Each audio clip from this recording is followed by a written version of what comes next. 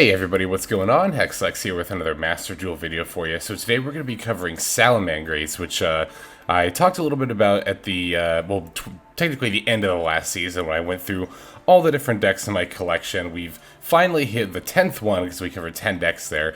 We've covered each of them, and yeah, now we're on Salamangreats. So yeah, I wanted to get to Diamond, I think, before I came to this deck. Not because I was like not confident that it couldn't climb to Diamond. I think this deck is very solid. I think it still probably hovers somewhere between like the tier 3 and rogue status. Even on like tier lists, it really depends on like what data you're looking at.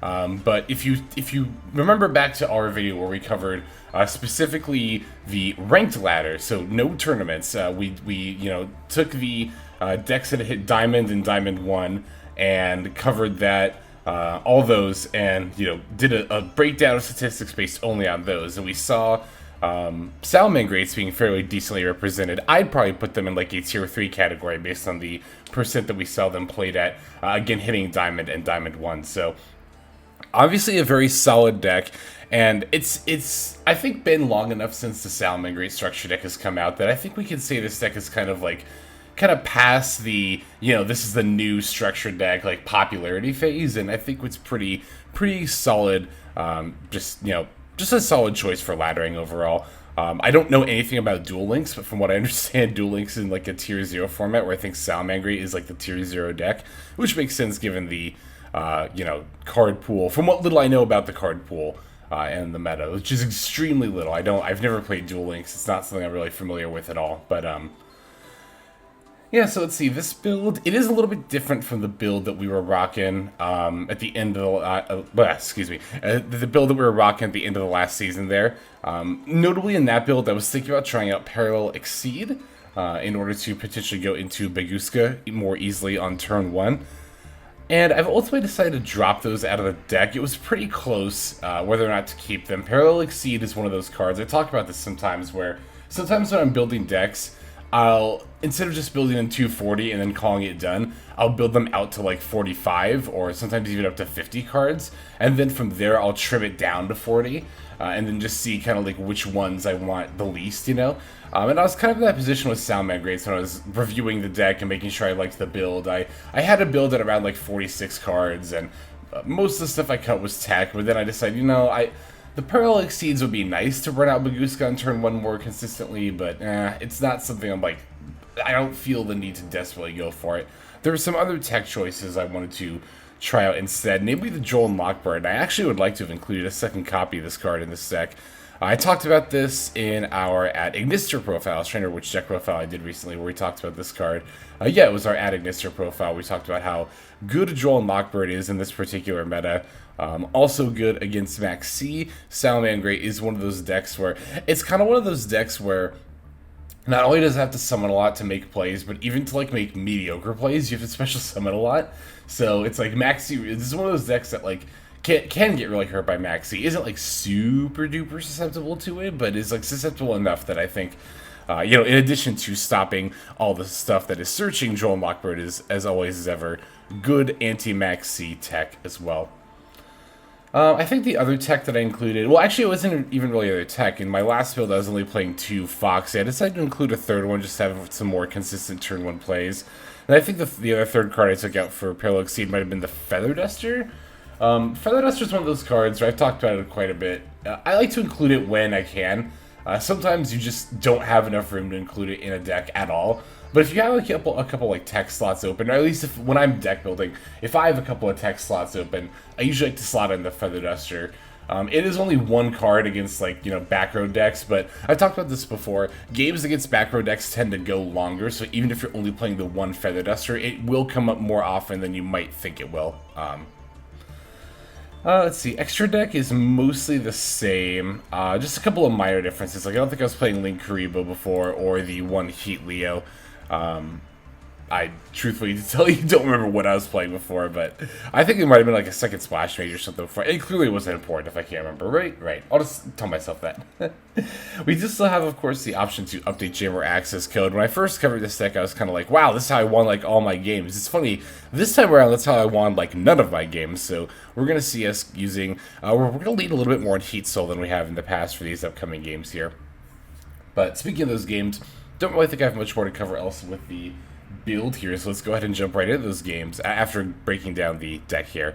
So we're going to be playing 1 Effect Veiler, 1 Droll and Lockbird, 3 Maxx, 3 Ash Blossom and Joyous Spring, 3 Flame Bufferlo, 3 Salamangreat Foxy, 2 Salamangreat Gazelle, 3 Salamangreat Spinny, 1 Salamangreat Spinny, I can never tell with this card, 1 Salamangreat Falco, 2 Salamangreat Jaguar, 1 Nibiru the Primal Being, 1 Harpie Spinny, 3 Cynet Mining, 1 Salamangreat Sanctuary, 1 Will of the Salamangreat, 2 Callboy the Grave, 3 Salamangreat Circle, 1 Crossout Designator, 3 Infinite Impermanence, and then 1 Salamangreat Roar. Extra deck is going to be 1 Salamangreat Miragestallio, 1 number 41 Bagooska the Terribly Tired Tapir, 3 Salamangreat Balelynx, 1 Linguriboh, 1 Update Jammer, 3 Salamangreat Sunlight Wolf, 1 Splash Mage, 1 Transcode Talker, 1 Salamangreat Heatleo, 1 Decode Talker Heatsoul, and then 1 Accesscode Talker. Alrighty, there is the build. Let's take a look at some gameplay. So this first game here is going to be against Sword Soul Tenyi. Another thing I was noticing with these games where, again, the last time I covered a deck profile for Salamangreats last season, again, I was ending my games a lot more quickly by going Update Jammer to Accesscode a lot. These games, not only did I not kind of like end up going into those a lot, but they also kind of ended up being more, I guess, drawn out, so to speak. So Poe's going to start with a single back row here. This is always a really nice opening to see because it's either like a meta deck, or a meta deck, geez. I meant to say combo deck because stun decks, you know, are very much meta as well.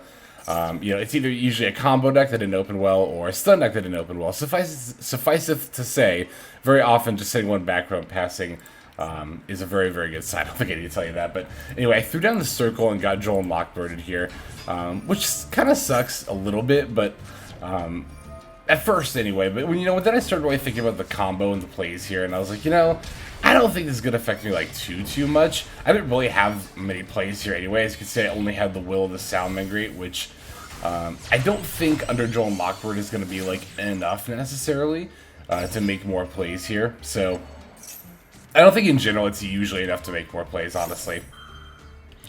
Oh yeah, this is the other thing I was going to say, though. One thing you have to watch out for with hands like this, you know, it might see like, oh, you know, my opponent didn't open well, I'm free to do whatever I want, but, you know, our opponent had a decent amount of disruption, and usually if your opponent doesn't open like a whole lot of, you know, plays in general, you can expect them to have a good bit of disruption like our opponent had there. I tried to go into Heatsoul here with the Splash Mage just to have like something, but yeah, did not end up working out there. Definitely eager to throw out this Maxx, but the opponent's got a Crossout Designator, which really sucks because I've got 2 of these Maxx and I really need some live plays here. So we're kind of in a situation where, like, my opponent didn't open super great, but I also opened pretty mediocre, and my opponent also opened enough disruption in order to make sure that I didn't get my plays off. We have a lot of disruption too.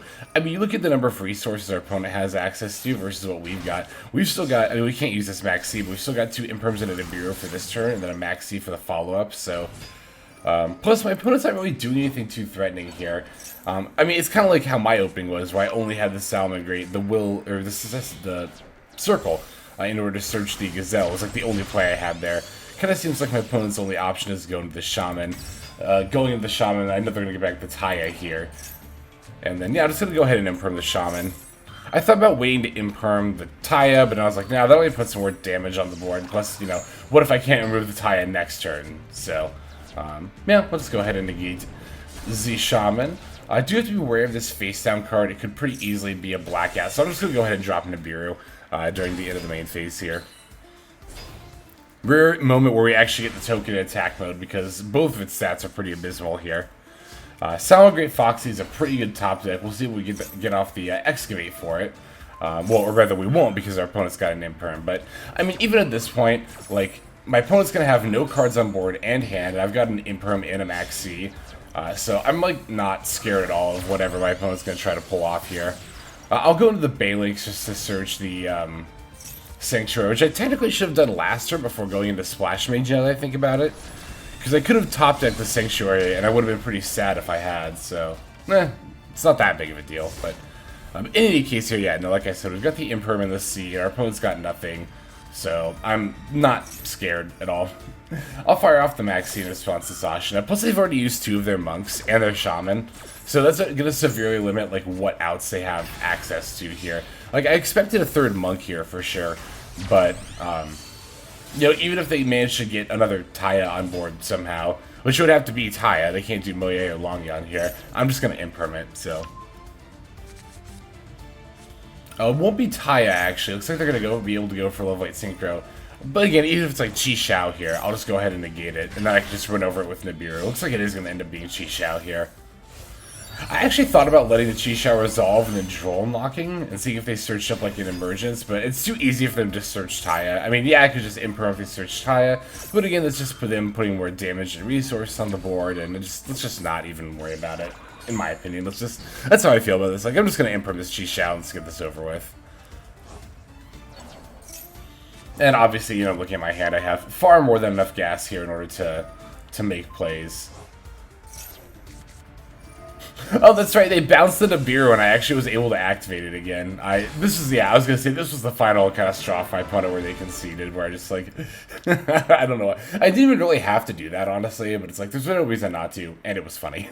So, alright, there's that game there. Let's go ahead and move on to the next. Okay, so this one's going to be against a 60-card branded build. There's some Shaddoll action going on, but this, I don't know, I was just looking at the opponent's deck before the game started. It seemed like more branded than Shaddoll. Well, in any case here, we're going to take the second turn once again, but we did open Ash Blossom and Nibiru. Salamangreat is, and our opponent's actually going to just set one and then pass once again. This time we've got a Cynet Mining to start off with, as well as a Will of a Salamangreat, so it's going to be a little bit easier to get some out of plays off here, just because I have like some amount of extension / recursion. So I think until I get Effect Failure, well, actually I think even after getting Effect Failure, I should be able to send the Balelynx and then will back the Gazelle. I won't get to mill, obviously, because I already tried to activate the effect, but I could at the very least get a Splash Mage for a Decode Talker Heatsoul. Much like Accesscode, I think Heatsoul is really valuable in this deck for, like, if your turn 1 plays get disrupted, you know, you can, like, pivot into a Heatsoul and, like, you know, obviously there are, again, like Accesscode, there are stronger boards to end on than just Heatsoul, but if you get disrupted and you just need to make a follow-up play, ending on Heatsoul is a very, very good place to end, because it's got a solid enough body. Like 2300 attack is like meh, but it's better than, you know, nothing, obviously. But more importantly, it's going to get you multiple draws, multiple chances to get your disruption. And as I was about to say earlier, Salamangreat is one of those decks that can typically end up getting away with a decent amount of disruption. Because we're not like a one-card combo deck, but you know, it's easy enough to combo. I'll just say it that way. It's easy enough to combo. It's weird. This is kind of one of those decks that's a bit more freeform. I almost wanted to compare it to Dragon Link, but only in really that one regard. The combos are not, you know, with this deck nearly as, like, intensive, or, like, there's not as many options, I guess. Branching paths is the phrase I was looking for. There's not as many branching paths with this deck as there are with, like, Dragon Link, but this deck, like I said, does tend to still be a bit more freeform in the way that it combos. More often than not, I find anyway, so... you know, top deck an Ash Blossom, but we do still have the Will of the Salamangreat here, so I am able to get back the Gazelle. And the opponent conceded, like, in response to me doing that. So that was kind of a trend when I was playing these games for this deck here, was the opponent conceding really early. I don't, like, yeah, I was able to have, like, some amount of plays. Like, I'm trying to think what I was even going to do there, you know, Salamangreat, you know, Gazelle into sending... I would have to send some kind of extender, right? I obviously can't set up the Roar with the Balelynx. That wouldn't be, one, good even if I could, and two, I don't have the resources to do that here.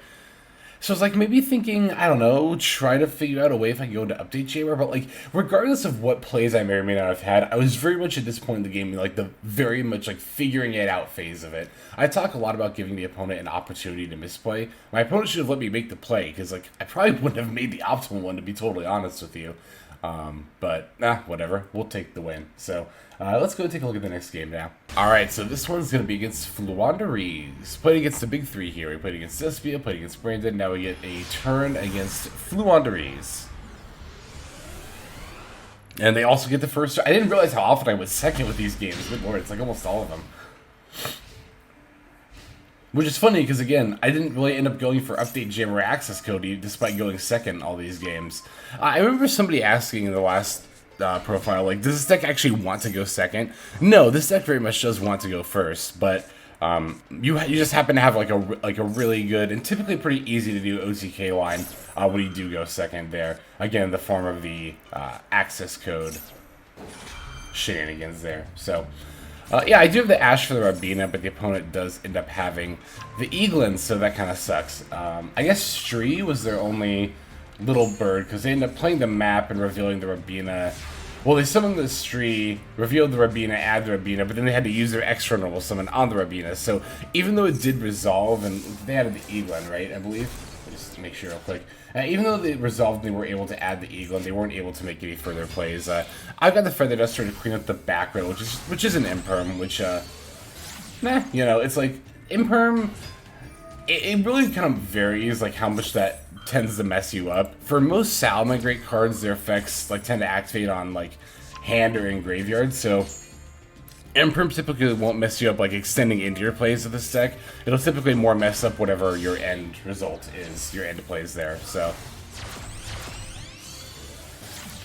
But yeah, here I'm just gonna end up going for the Splash Mage into Heatsoul play once again.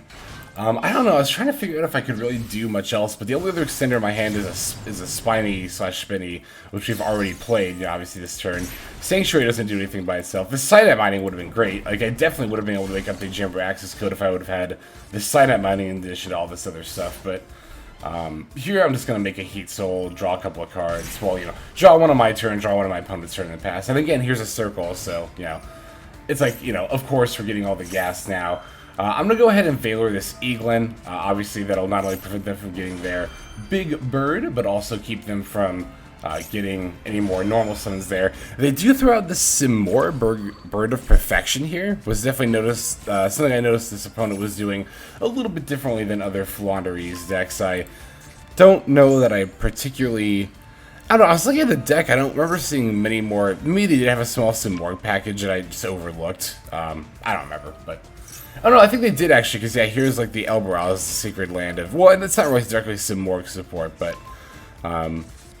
I don't know, it seemed like this build was leaning more into like the, you know, summoning level 7 or higher winged beast monsters, but they threw out the barrier statue as well, which by the way, at the time I'm recording this, like, literally just not that long ago, like, within a couple of hours ago, barrier statue got announced to be banned, so I thought about making a whole video about it, like, you know, talking about barrier statue getting banned, but I was like, you know, I already felt in the last banlist update video that I was kind of pushing it, like, as far as, like, how long can I talk about a relatively small update, and, like, I don't really know that I can, you know, usually I like to make my videos like a good decent length, and I don't know how long I can say, like, barrier statue is banned. I kind of wasn't expecting that, but it's still cool. Well, anyway, I don't know, I also, like, haven't played Flaunderies too much, like, hardly at all since they came out. I definitely haven't played them since Advent of Adventure came out, so I don't know that I'm necessarily, like, a good advocate to speak for, like, how it affects Flaunderies and all that fun stuff, but, yeah, that's that game there. Managed to play...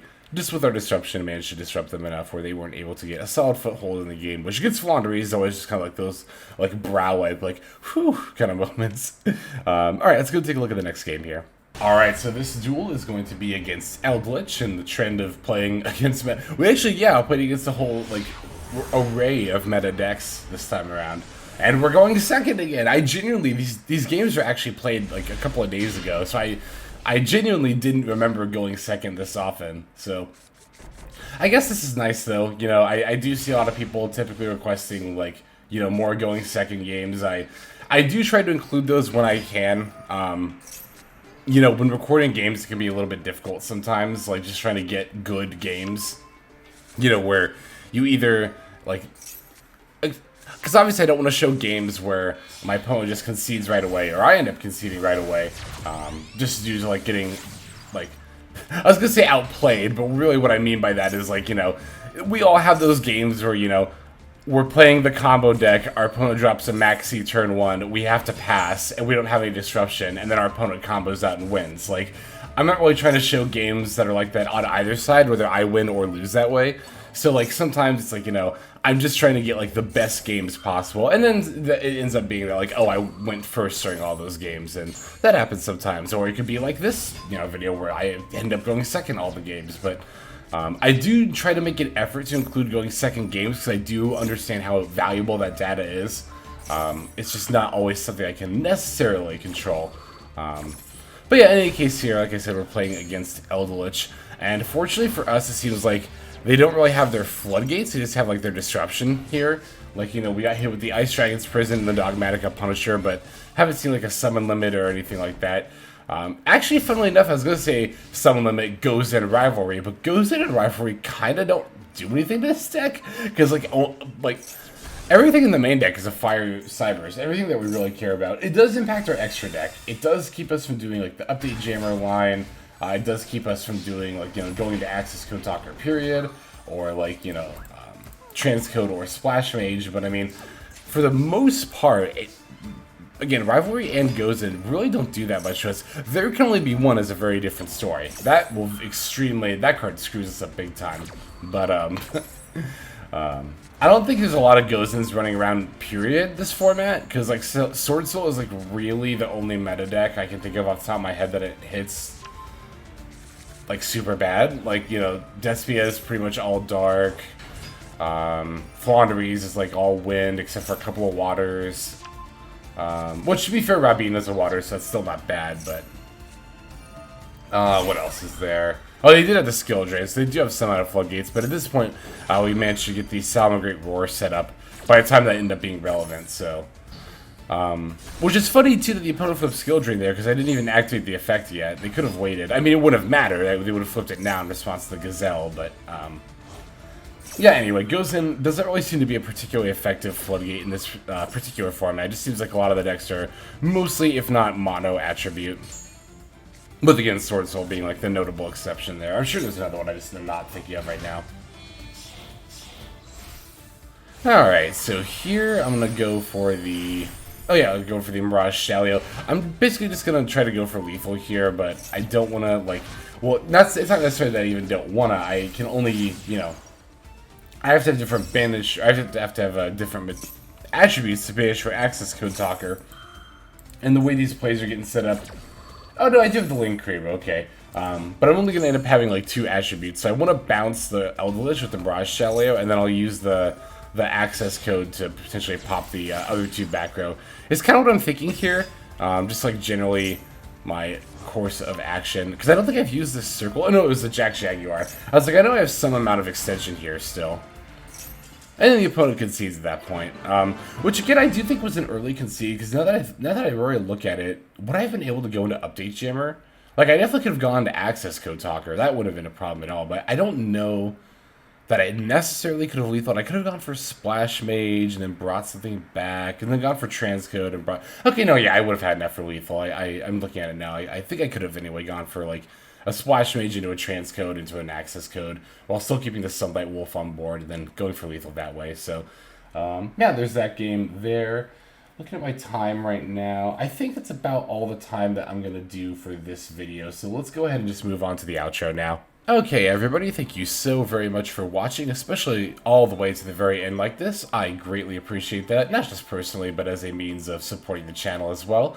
Yeah, and I'm glad you stuck around for all those games, because again, I did not play in that at all. I did not plan to show exclusively going second games against all the meta decks, but hey, it's still kind of nice that we got to show that off, you know, show off. And, you know, we didn't end up leading on Update Jammer Access Code like I did in the last one, which I've mentioned a couple of times now. But yeah, it's nice to get show some more, like, alternative going second lines and just navigating our opponent's disruption and still making plays regardless. So, yeah, like I said, thank you for watching all the way up to this point. I very much appreciate that. And I also appreciate those of you who are commenting and or subscribing. Also great ways to support the channel.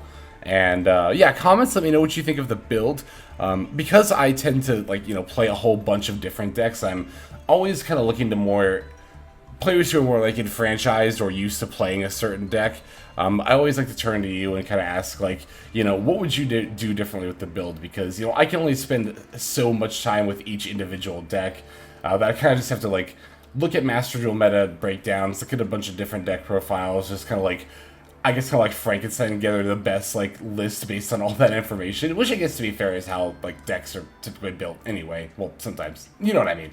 In any case, if you know a lot about Salamangreats, definitely let me know, not just about the deck, but about gameplay as well, what we could be doing differently, how we can improve, because we're always looking for that, is always the goal here on the channel. And then subscribing, yeah, if you subscribe, that is the best way to stay notified of when these videos drop, which does happen every day, so you do have daily Master Duel content to look forward to when subscribing here. But that's going to go ahead and do it for this one. So yeah, without further ado, this is XLex. I'm signing out, and I hope you have a fantastic day.